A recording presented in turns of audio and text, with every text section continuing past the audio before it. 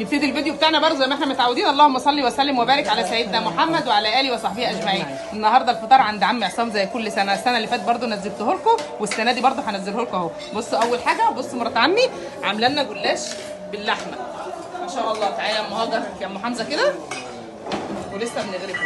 بصوا غسلنا رز ما شاء الله. هنا منابات اللحمه بتتوزع اهي مع ام عبده ومرات عمي. ودي المحاشي بتاعتنا، ودي المحاشي بتاعتنا ما شاء الله ما شاء الله. وهنا احنا بنوريكم في الاوضه اللي احنا ايه خلناش البيت الاساسي. ودي اللحمه بتاعتنا اهي مرات عمي بتطلعها ونوزعها.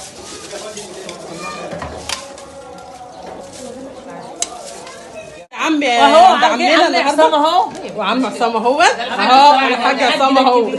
كل سنه وانتم طيبين يا حبايبي. نبتدي. دي امي دي ادعوا لها ربنا يشفيها. كل سنه وانتم طيبين. وانتم طيبه يا حبيبي. قولي لهم يا ماما كل سنه وانتم طيبين.